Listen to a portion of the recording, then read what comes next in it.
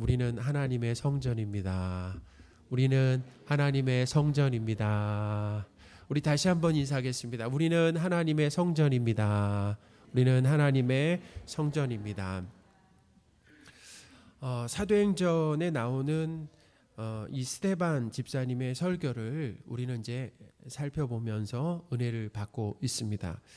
이 스데반 집사님은 이스라엘 백성의 이 불순종과 그 우상숭배 역사를 설교를 했습니다. 이스라엘 백성은 하나님의 백성이잖아요. 근데 하나님의 말씀에 불순종하면서 이 틈만 나면 한눈을 팔았습니다. 그래서 하나님의 자리에 자기 자신을 올려놓았어요. 그래서 하나님을 숭배하는 것이 아니라 자기 숭배를 하면서 그렇게 살았죠. 하나님의 말씀을 따라 사는 것을 인생의 목적으로 삼기보다는 풍요와 안정을 더 중요하게 생각을 했습니다. 이렇게 이스라엘 백성은 하나님의 백성이라고 하는데 부끄러운 신앙의 여정을 걸었다라는 게 스데반 설교의 그 핵심 내용입니다. 이스라엘 백성이 하나님의 백성이면서 자녀인데 그들의 삶은 내어놓을 만한 게 없었다라는 거예요. 내어놓을 만한 것이 하나도 없었다. 어떤 삶을 살았다고요? 불순종과 우상숭배의 삶을 일삼았다라는 거죠. 그러니까 부끄럽죠. 감추고 싶은 거 아니에요? 마치 오늘날 우리가 성도로 살아가지만 구원받은 사람이 맞나라고 할 정도로 거룩하지 못한 그런 창피한 모습으로 사는 것과 비슷합니다. 성도는 인생을 살아가면서 자신의 그 추악함, 그 다음에 불가능함, 연약함을 끊임없이 들킨다라는 거예요. 그것이 들킨다라는 거예요. 또 구원받을 만한 자격이 없다라고 하는 것을 드러낸다라는 거죠.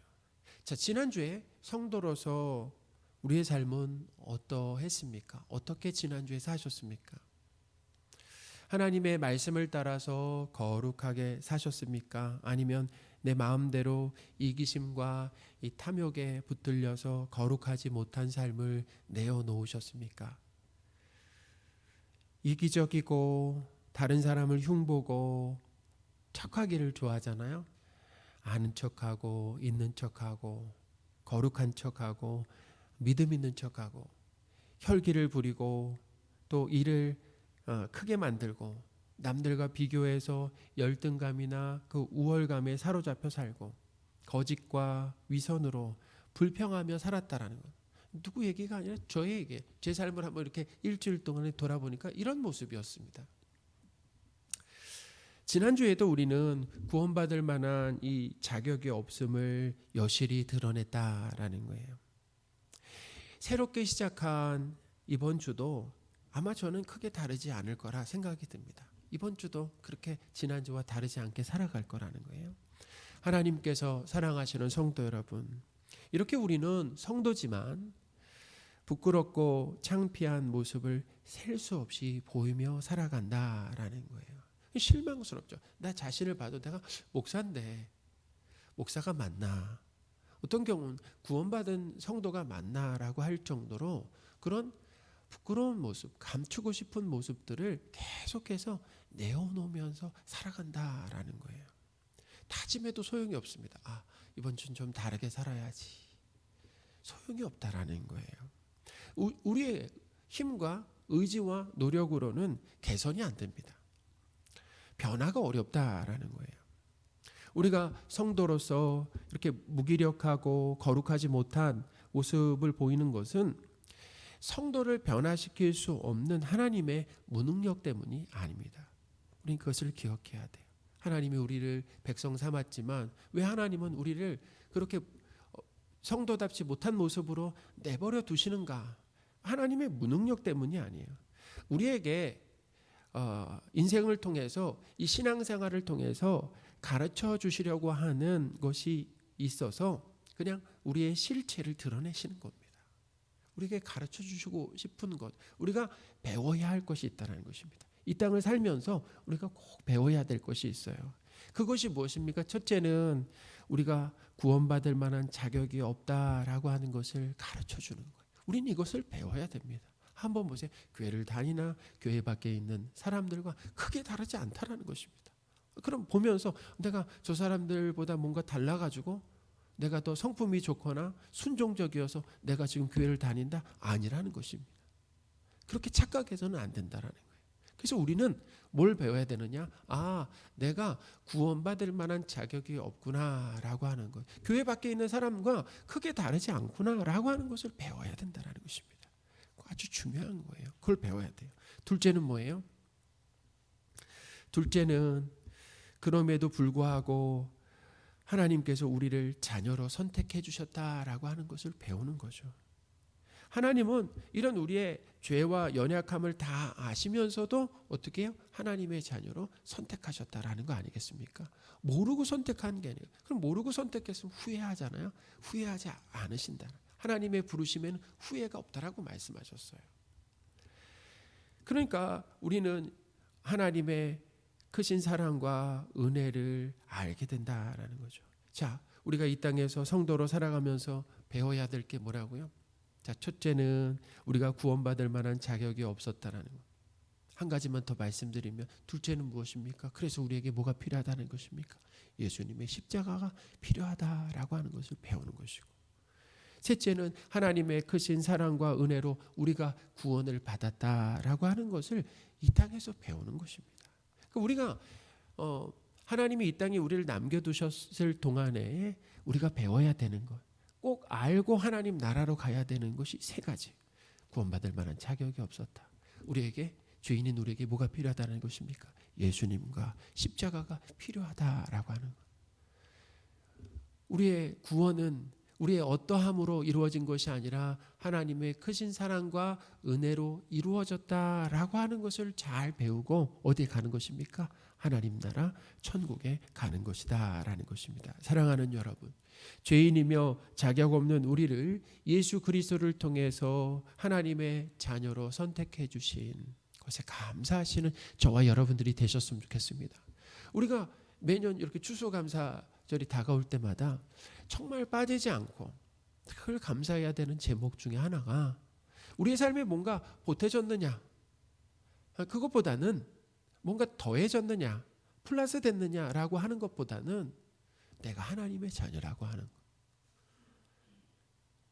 자격 없는 내가, 죄인인 내가 하나님의 자녀라고 하는 것, 나를 하나님의 자녀로 삼아주셨다라고 하는 것은 이 땅에서뿐만 아니라 어디요? 하나님 나라 천국에 가서도 감사해야 할 제목이다라는 거죠. 그러니까 이제 우리 추수감사절 다가왔을 때 더욱더 하나님의 자녀로 삼아주신 것, 그거 참 감사하다라고 더욱 감사하시는 저와 여러분들이 되셨으면 좋겠습니다. 오늘 이 말씀은 스데반 설교 그 내용 중에 이제는 성막과 이 성전에 대한 그런 내용입니다.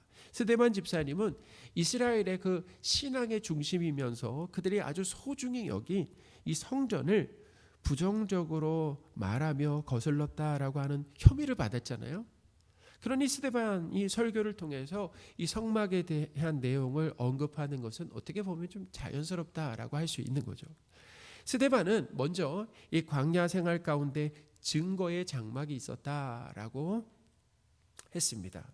성막을 증거의 장막이다라고. 그러니까 성막은 이렇게 부릅니다. 성막, 회막, 장막, 증거의 또 장막 이렇게 부르는데 다 뭐라고요? 이게 성막이다라는 거예요. 다르게 부르는데 다르게 부르는 그 이유가 있는 거죠. 그러면 증거의 장막이라고 부르는 그 이유가 있을 텐데 그것은 조금 있다가 제가 설명을 한번 드리겠습니다.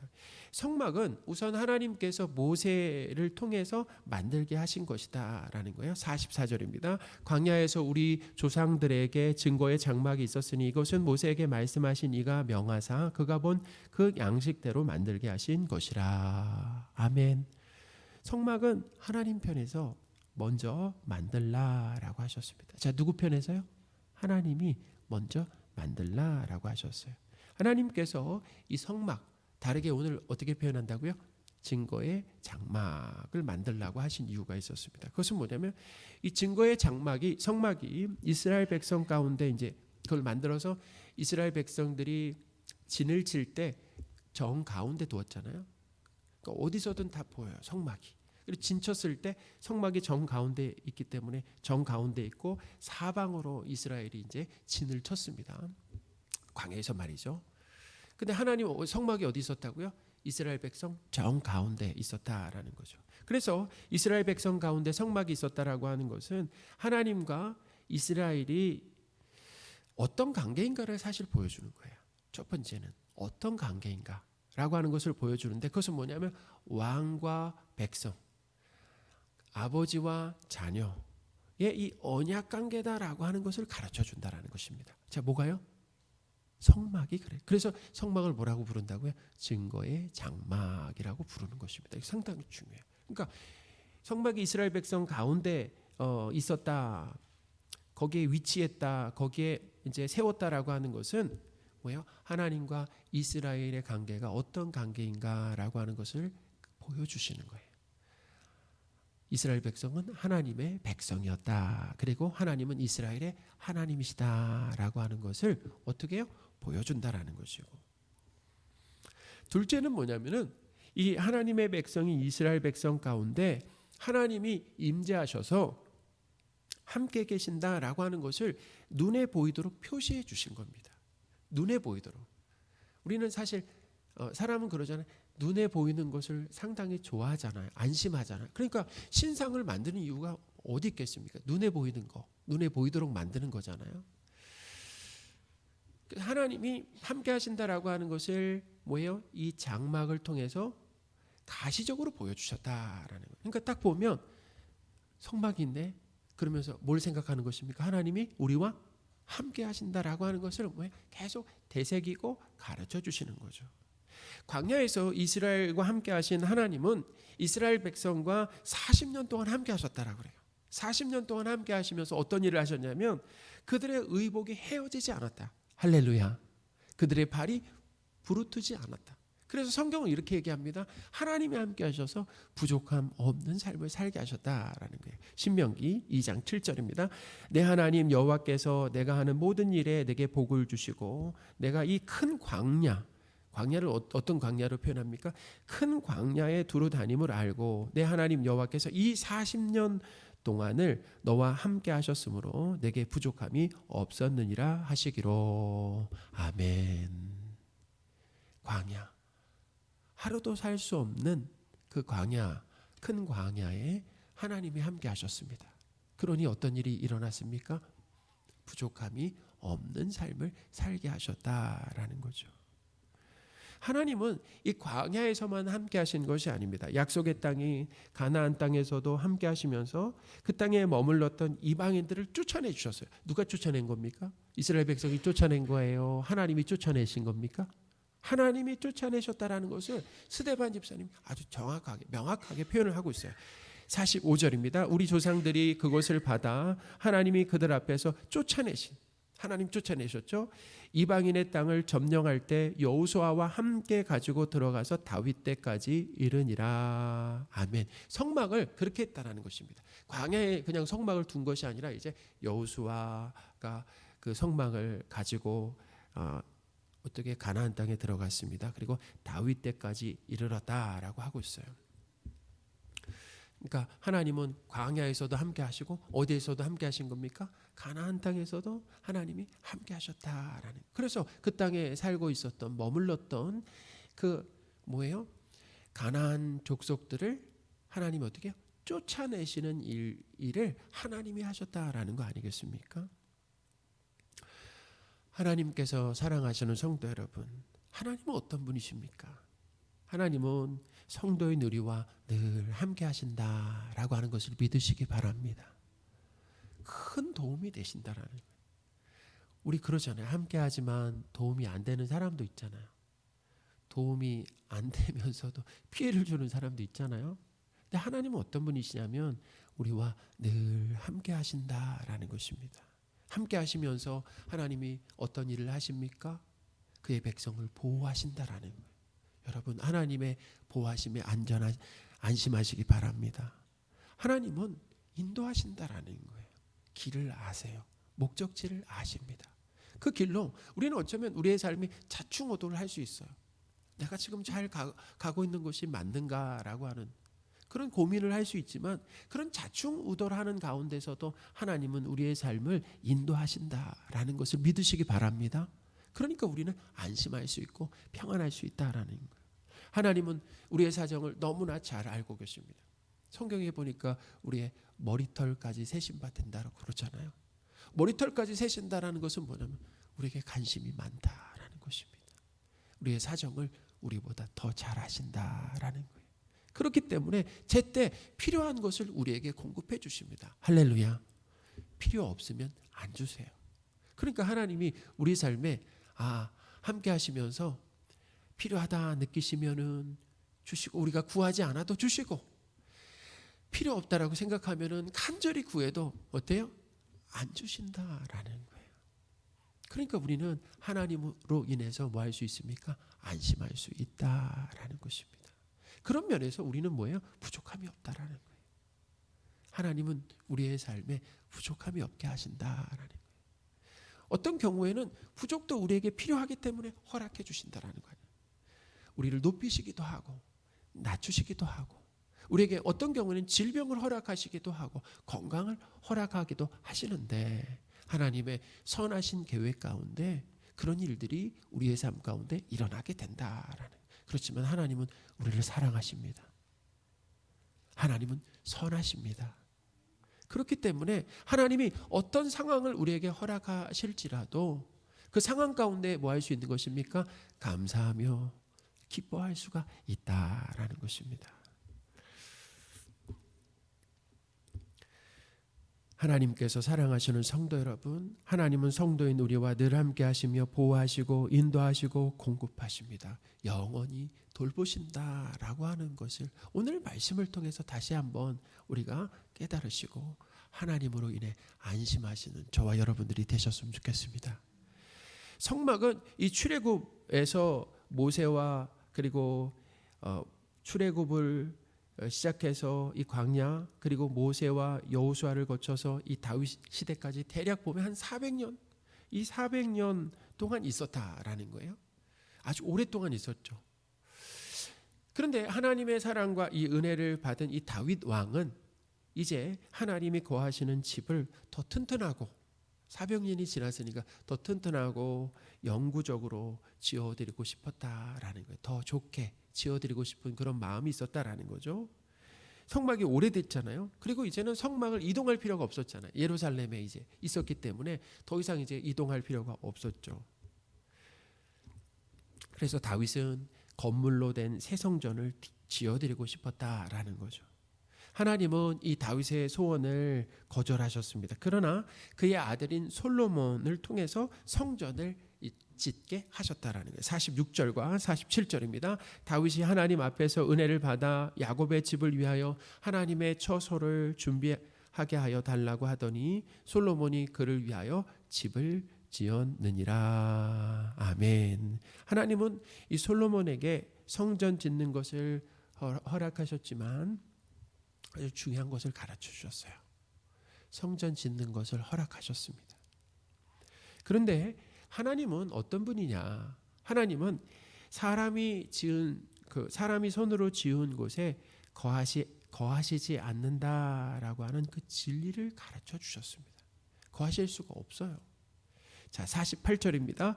그러나 지극히 높으신 이는 손으로 지은 곳에 계시지 아니하시나니 선지자가 말한 바. 아멘. 하나님은 어디에 계시지 않는다고요? 사람이 손으로 지은 곳에 계시지 않는다. 한번 이렇게 생각해봐요.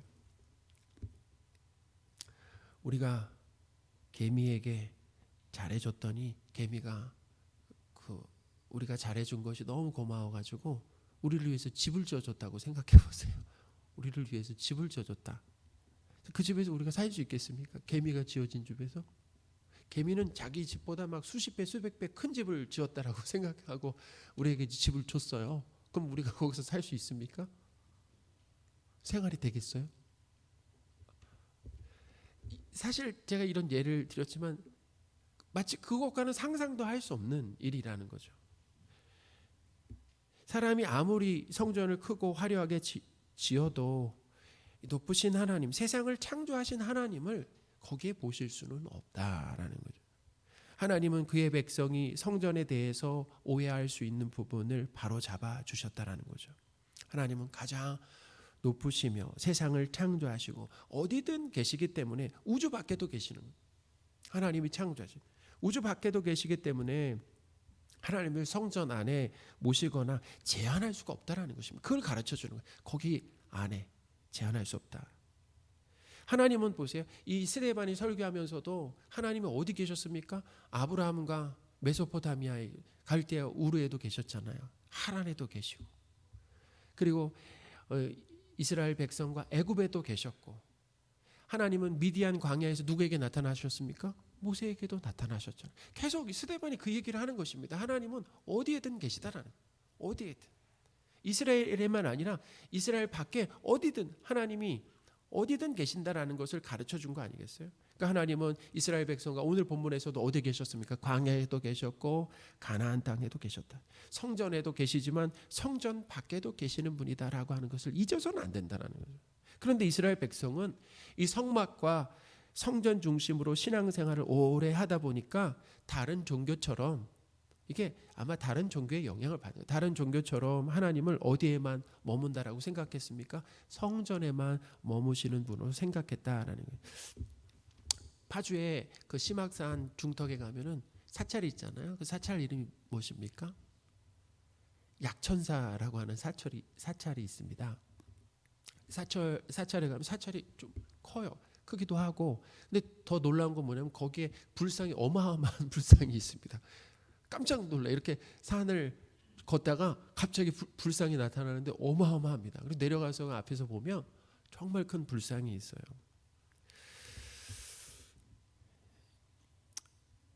이 기독교 외 다른 종교는 크고 화려한 신전이 있습니다. 성전이라고 하잖아요. 신전이 있어요. 다 크고 화려합니다. 대단해요. 그리고 자신들의 신을 거기에만 제한시켜 놓는다라는 것입니다. 자, 신이 찾아옵니까? 사람이 찾아갑니까? 다른 종교 생각해 보세요. 다 사람이 찾아가는 거예요. 다 사찰에도 사람이 찾아가서 거기 보니까 막 그 불상 앞에서 기도하고 절하시는 분들을 제가 이렇게 딱 봤습니다. 뭐냐면 다른 종교는 다 대부분 사람 신을 찾아가는 거예요. 신이 사람을 찾아왔다. 기독교밖에 없습니다. 그럼 생각해 보면 다 사람들이 만들어낸 가짜 신이기 때문에 사람을 찾아올 수가 있습니까? 없습니까? 찾아올 수가 없다라는 거예요. 그래서 이 다른 사람들이 만들어낸 이 종교라고 하는 것은 그 신이 참 무력해요. 지역에만 머무를 수 있고. 그리고 우리나라에도 그렇잖아요. 산에 가면 무슨 신이 있습니까? 산신령이 있다고. 땅에는 지신이 있다고. 바다 가면은 무슨 신이 있어요? 해신이 있다고. 이렇게 생각하잖아요. 이렇게. 그러니까 지역신의 개념이 있는 거죠. 지역신의 개념. 기독교는 하나님이 사람을 찾아오셨다라는 거예요. 한 번만 찾아오시는 것이 아니에요. 하나님이 계속해서 우리의 삶을 찾아오신다라는 거 아니겠습니까? 우리가 하나님을 찾아오는 것이 아니라 하나님 계속해서 우리 인생을 찾아오신다라는 거죠. 자, 이스라엘 백성도 성전의 제사도 철저하게 드리고 헌금과 절기도 지켰습니다. 그런데 이들이 성전 밖에서는 하나님이 안 계신 것처럼 살았다는 거예요. 성전 밖에는 하나님이 안 계신 것처럼 하나님의 주권을 인정하지 않고 불순종하며 살았다라는 거예요. 누구에게 나타납니까? 이런 모습들이 종교 정치 지도자들의 모습 속에서 나타나는 거잖아요. 이방인 그 유대인들의 모습 속에서 나타나는 거 아니겠습니까? 자, 그러면 우리는 하나님이 어디든 계시는 분으로 알고 하나님을 늘 의식하며 하나님 앞에 살고 계십니까? 우리의 삶을 한번 돌아보면 하나님, 지금 예배드리는 이 현장에도 계시지만 예배 밖에 직장이나 사업장이나 아니면 우리의 가정에도 내가 가는 곳 어디에든 하나님이 계신다라고 하는 것을 의식하면서 하나님 앞에서 살고 계십니까? 교회 예배당에만 계시는 하나님으로 제한하고 있습니까? 사실 이 교회는 성전이 아닙니다. 여기는 뭐라고요? 예배당이다라는 거예요. 그래서 우리는 교회를 성전이라고 하는 것을 사실 이렇게 사용해서는 안 돼요. 왜냐하면 교회를 성전이라고 생각하면은 어떤 어떤 문제점이 생기냐면 여기에 누가 계셔요? 하나님 계시죠. 하나님이 여기만 계신다라고 생각할 수 있다는 것입니다. 근데 하나님은 어디든 여기 예배당 외에 밖에도 어디든 하나님이 계신다라는 거예요. 그래서 우리는 어디서든지 뭐 할 수 있습니까? 예배 드릴 수 있고 어디서든지 하나님께 뭐예요? 기도할 수 있는 거 아니겠습니까? 그러니까 이스라엘 백성도 그랬지만 우리도 그러니까 하나님이 이 예배당에만 계시는 분으로 이렇게 제한하면서 신앙생활하는 그런 것들이 우리에게도 나타날 수 있다라는 것입니다. 그러니까 하나님께서 교회만 계신다라고 생각하면은 교회와 이 교회 밖의 삶이 다르게 나타난다라는 것입니다. 교회에선 거룩한 모습으로 이렇게 보이다가 교회 밖에서는 그냥 박살게 된다라는 거예요. 스데반 집사님은 하나님을 이 성막과 성전 안에만 계시는 분으로 제한할 수 없다라고 하는 이 이야기를 했잖아요. 그리고 느닷없이 설교를 듣고 있는 이 종교와 정치 지도자들 그리고 이방인 유대인들에게 이렇게 얘기했습니다. 목이 곧고 마음과 귀에 할례를 받지 못한 사람들이다라고 이야기를 했어요. 그러면서 항상 성령을 거스린다라고 했죠. 51절입니다. 목이 곧고 마음과 귀에 할례를 받지 못한 사람들아 너희도 너희 조상과 같이 항상 성령을 거스리는도다. 아멘. 스데반은 성전에 대해서 이야기하다가 설교 듣는 사람들의 뭘 지적했습니까? 죄를 지적했다라는 거예요. 죄를 지적했다라는 것입니다. 설교를 듣는 청중이 항상 성령을 거슬렀다라는 거예요. 한두 번 불순종한 것이 아니라 반 정도 불순종한 것이 아니라 항상 매번 성령을 거슬렸다. 그러니까 무슨 얘기입니까? 겉으로는 저 하나님 믿는다라는 사람인데 겉으로는 하나님 믿는다는 사람인데 실상은 뭐예요? 하나님을 믿지 않는다라고 설교한 겁니다. 하나님을 믿는 사람이에요. 교회도 다니는데 헌금도 해요. 봉사도 하는데 하나님을 믿고 예배드리고 봉사하고 헌금하는 사람도 있지만 하나님을 믿지 않는 상황 가운데서 교회 다니고 헌금하고 봉사하고 예배드리는 사람들이 있을 수 있다라는 것입니까? 없다라는 것입니까? 그럴 수 있다라는 거예요. 그러므로 우리는 교회 안에 있다라고 안심할 수가 없는 것입니다. 지금 이 설교가 누구에게 하는 설교입니까? 이방인들, 즉 하나님을 믿지 않는 이방인들에게 설교하는 게 아니라 하나님을 잘 믿는다라고 생각한 하나님을 열심히 믿는다. 하나님을 믿는데 특심이 있다라고 생각하는 그 누구의 종교 지도자들과 유대인들을 대상으로 설교하고 있었는데 항상 성령을 거슬렀다. 그것은 뭐냐면 하나님을 믿지 않고 있었다라고 하는 저들의 실상을 저렇게 저들의 죄악을 드러냈다라는 거죠. 그러니까 겉으로만 하나님을 믿고 실상은 믿지 않은 거짓 믿음과 거짓 경건이 드러났다는 거예요. 우리는 그렇게 살아갈 수 있어요. 거짓 믿음을 가지고 거짓 경건을 가지고 살아갈 수가 있다라는 것입니다. 사내들인 이 공회원들, 이 종교와 정치 지도자들은 하나님께 예배 드렸습니다. 생각해 보세요. 그리고 제사도 드렸어요. 절기를 철저하게 지키고 금식을 했으며 11조와 기도를 드렸다라는 거예요. 그런데 항상 성령을 거슬렀다라고 하는 게 이해가 되지 않잖아요. 한 번은 순종할 수 있었는데 그게 아니라 항상이었다는 거예요. 하나님은 이스라엘 백성에게 광야 40년간 그들이 희생과 제물을 드렸는데 하나님 뭐라고 말씀하셨냐면 40년간 희생과 제물을 드린 일이 있냐 라고 반문하셨다라는 거예요. 드렸는데 있냐라고 반문하셨어요. 42절입니다. 하나님이 외면하사 그들을 그 하늘의 군대에 섬기는 일에 버려두셨으니 이는 선지자의 책에 기록된 바 이스라엘의 집이여 너희가 광야에서 40년간 희생과 제물을 내게 드린 일이 있었느냐. 아멘. 이스라엘은 드렸어요. 근데 하나님은 있었다라는 거예요? 없었다라는 거예요? 없었다라고 이렇게 얘기하시는 겁니다. 광야에서 이스라엘이 성막 제사를 드렸는데 하나님은 안 받으셨다. 스데반 시대 이 종교 지도자들의 종교적 열심을 하나님은 인정하셨다라는 것입니까? 인정하지 않으셨다라는 거예요? 인정하지 않으셨다라는 거예요. 왜냐하면 이들은 성전을 중요하게 여기며 종교적 열심을 냈지만 정작 하나님의 율법을 지키진 않았다라는 거예요. 행함이 있었는데요. 지켰는데요. 그 수많은 행함과 순종은 무엇입니까? 자, 이제는 이렇게 생각하셔야 돼. 순종의 목적이 어디 있느냐라는 게 중요해요. 행함이 있어요. 근데 행함의 목적이 어디 있느냐? 예배는 드립니다. 그리고 봉사를 합니다. 11조를 드려요. 근데 그 목적이 어디 있느냐가 상당히 중요하다는 것입니다. 하나님은 어딜 보신다고요? 겉모습도 보시지만 중심도 보신다는 거죠. 그 행함의 목적, 하나님을 위한 것이 아니라 자신을 위한 순종이고 행함이었다는 것입니다. 자, 누구를 위한 것이라고요? 나를 위한 거예요. 하나님을 위한 것이 아니라 나를 위한 거예요. 나를 위한 예배. 하나님을 사랑해서 순종하는 것이 아닙니다. 체면으로 보이기 위한 행함이었고 신앙생활을 주고받는 거래로 생각했습니다. 종교적 열심을 내며 자신들의 그 대단함과 훌륭함을 드러내면서 다른 사람을 정죄하는 것, 그들의 목적이었다라는 것입니다.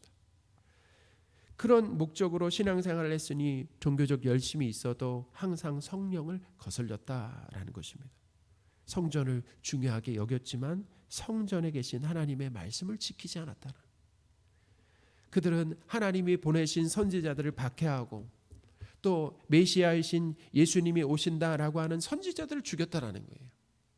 또한 성전이신 예수님이 오셨을 때 어떻게 했습니까? 예수님도 죽였다라는 거예요. 52절입니다. 너희 조상들이 선지자들 중에 누구를 박해하지 아니하였느냐? 의인이 오시리라고 예고한 자들을 그들이 죽였고 이제 너희는 그 의인을 잡아준 자요 살인한 자가 되리라. 아멘. 여기 의인이 누구입니까? 바로 예수님이라는 거예요. 의인이 누구예요? 예수님. 자, 한번 앞쪽을 보여주세요. 다시 한번 읽어요. 너희 조상들이 선지자들 중에 누구를 박해하지 아니하였느냐? 의인이 오시리라고. 의인이 누구라고요? 예수님이죠. 예고한 자들 그들이 죽였고. 자, 또 넘겨주세요. 이제 너희는 그 의인을 어떻게 해요? 잡아준 자요 살인한 자가 되나니라고 얘기하고 있다는 것입니다.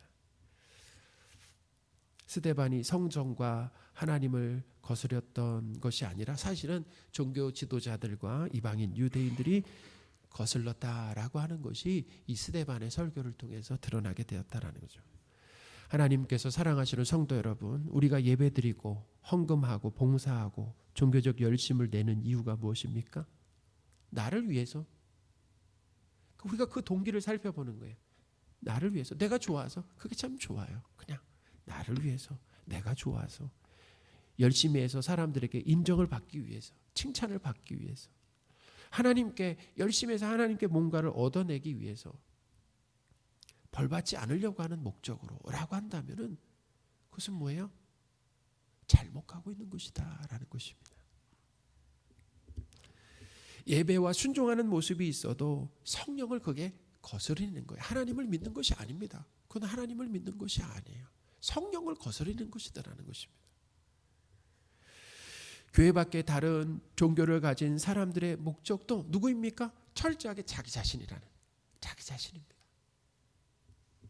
나를 위한 종교 생활, 내가 좋아서 하는 봉사. 하나님의 백성은 하나님을 사랑해서 하나님께 받은 은혜가 커서 하나님을 기쁘시게 하기 위해서 하나님의 말씀에 순종으로 반응하는 사람, 예배하는 사람이다라는 것입니다. 하나님을 믿는다라고 하는 것, 그리고 하나님을 믿는 것의 신앙생활이 어떠해야 되는가라고 하는 것을 우리는 스데반의 설교를 통해서 배우게 된다라는 것입니다. 우리의 삶을 한번 깊이 돌아보시기 바랍니다. 내가 하나님을 믿고 있는가? 그 믿는 모습이 우리에게 정상적으로 나타나고 있는가라는 것입니다. 항상 성령에 순종하며 사는가? 항상 성령을 거스리며 살아가고 있는가라는 것. 그게 오늘 설교를 들으면서 우리가 해야 할, 나 자신에게 해야 할 가장 중요한 질문입니다. 스데반의 설교를 들은 청중의 반응이 어떠했습니까? 자신들의 죄를 인정하고 회개하지 않았어요. 스데반에게 고마워해야 되지 않겠습니까? 정말 그들의 실체를 보여준 거 아니에요? 설교를 통해서. 그런데 그들은 마음에 찔렸다라고는 하지만 이를 갈았다라고 해요. 마음에 찔렸는데 이를 갈았다라고 기록하고 있습니다. 54절입니다. 그들이 이 말을 듣고 마음에 찔려 그를 향하여 이를 갈거든. 아멘. 이를 갈면서 뭐예요? 스데반은 그냥 막 가만히 두지 않겠다라고 생각한 거죠. 사랑하는 여러분, 스데반의 설교를 듣고 죄를 인정하지 않고 회개하지 않는 사람들의 모습을 통해서 배울 수 있는 게 있어요. 그것은 뭐냐면 사람은 옳고 옳은 지적을 들어도 받아도 받아들이지 못합니다. 오히려 죄를 지적한 사람을 공격하는 그런 죄성이 있는 거예요. 설교를 통해서 죄를 지적하면은 나와 상관없다고 생각하거나 죄를 인정하지 않습니다. 하나님이 은혜를 주셔야 돼요. 정말 중요합니다. 그래서 하나님이 은혜를 주셔야 돼요. 은혜를 주셔야지 죄를 인정하게 된다는 것입니다. 회개하는 역사가 일어나게 된다라는 거예요.